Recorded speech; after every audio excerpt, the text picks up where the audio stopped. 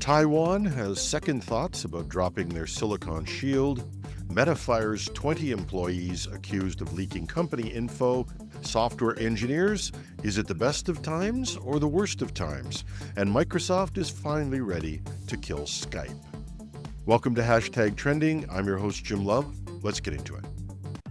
Taiwan's semiconductor manufacturing company, TSMC, is set to invest $100 billion in expanding its U.S. operations, including 5 new fabrication plants in Arizona.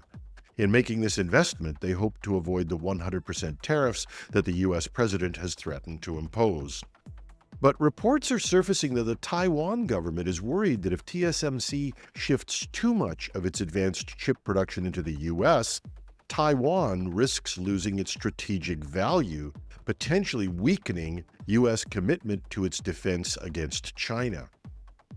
Historically, Taiwan's dominance in semiconductor manufacturing has served as a silicon shield, making it too valuable for the U.S. and allies to abandon. However, TSMC is now transferring significant technology to the U.S., leaving only its most cutting-edge processes, such as the upcoming 2-nanometer and future 1.6-nanometer chip technologies, in Taiwan. The hope would be that rather than see these strategic technologies fall under Chinese control, the U.S. would have to continue to defend Taiwan. No doubt, some in Taiwan may draw a parallel to Ukraine's 1994 decision to give up its nuclear arsenal in exchange for security assurances, a move that left it vulnerable to Russian aggression. And as international relations expert John Mearsheimer warned at the time, a Ukraine without nuclear weapons is likely to be prey for Russia. The concern is that, without its full semiconductor advantage, Taiwan could face a similar predicament. By moving critical production overseas, Taiwan may think it's gambling with its own security, relying on diplomatic commitments that recent history suggests might not hold when power dynamics or political winds change. Meta has terminated approximately 20 employees for leaking confidential company information. This action follows a series of internal leaks, including unannounced product plans and internal discussions involving CEO Mark Zuckerberg, despite warnings to staff to not disclose the contents of these meetings. The company emphasized its strict policies against unauthorized disclosures, stating that all employees are informed upon hiring and through periodic reminders that leaking internal information is prohibited, regardless of intent. The recent investigation leading to these terminations reflects Meta's commitment to enforcing these policies, with expectations of further actions if necessary. This crackdown occurs amid internal challenges at Meta, including policy changes, the termination of diversity, equity, and inclusion, or DEI programs, and recent layoffs targeting so-called low performers. The company has not disclosed specific details about the leaked materials or the individuals involved. But Chief Technology Officer Andrew Bosworth addressed the issue during an internal meeting, saying that when things leak, I think a lot of times people think, okay, this is leaked, therefore it'll put pressure on us to change things. He went on to say, the opposite is more likely. He also noted that efforts are ongoing to identify and address such breaches. Or maybe here's a wild strategy. Why not work with your staff to improve morale? There was actually a time, I know you're not going to believe this, but there was a time when tech employees were loyal to their employers. Amazing? I know. The demand for software engineers in the United States has declined sharply, with job postings on Indeed dropping by over 1/3 compared to 5 years ago. This downturn is even more pronounced when contrasted with the hiring surge during the pandemic, where listings were 3 times higher than the current figures. Some see the rise of artificial intelligence as a significant factor in this trend. AI tools have enhanced coder productivity, leading companies to reconsider their hiring needs. Salesforce CEO Mark Benioff highlighted this shift, stating the company might not hire engineers in 2025 due to AI-driven efficiency gains.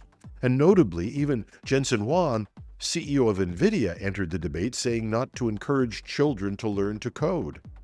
This comment was not met with universal acceptance, because while AI is certainly reshaping the software engineering landscape, some claim that professionals who adapt by acquiring new skills and embracing emerging technologies are likely to find ample opportunities in the evolving job market.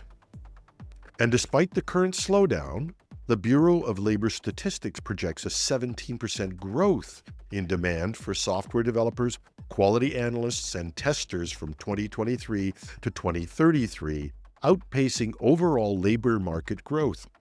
Additionally, skills in data analysis, cybersecurity, and cloud computing are increasingly sought after globally.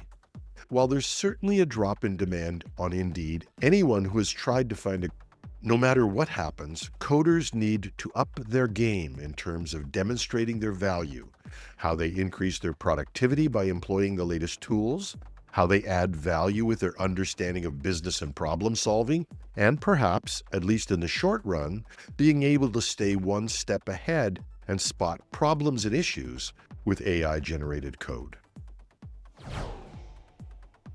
And finally, did you ever hear about the death of some famous actor and then say to yourself, was he still alive? Well, prepare for a similar out-of-body experience. Microsoft has apparently announced its plans to kill off Skype on May 5th, 2025. This strategic move aims to consolidate Microsoft's communication services under Microsoft Teams, a more integrated and feature-rich platform. Introduced in 2017, Microsoft Teams has rapidly gained popularity, especially during the COVID-19 pandemic as organizations sought robust collaboration tools. Teams offers functionalities similar to Skype, including one-on-one and group calls, messaging and file sharing, along with enhanced features like meeting hosting, calendar management, and community building. Launched in 2003, Skype revolutionized internet-based communication, enabling free voice and video calls worldwide. Microsoft's acquisition of Skype in 2011 for $8.5 billion was a significant move to enhance its communication offerings. Despite its early successes, though, Skype faced increasing competition from platforms like Zoom and WhatsApp, leading to a decline in user engagement. As the May 2025 retirement date approaches, Microsoft says they remain committed to supporting its users through this transition. Current Skype users can continue using the service until the retirement date and are encouraged to transition to Microsoft Teams. Microsoft assures a seamless migration process, allowing users to log into Teams with their existing Skype accounts. Additionally, during the transition period, interoperability between Skype and Teams will be maintained, enabling users to communicate across both platforms. And that's our show. Love to hear from you. I promise I never take Mark Zuckerberg's calls, so your secrets are safe with me. You can reach me at editorial@technewsday.ca. I'm your host, Jim Love. Have a thrilling Thursday.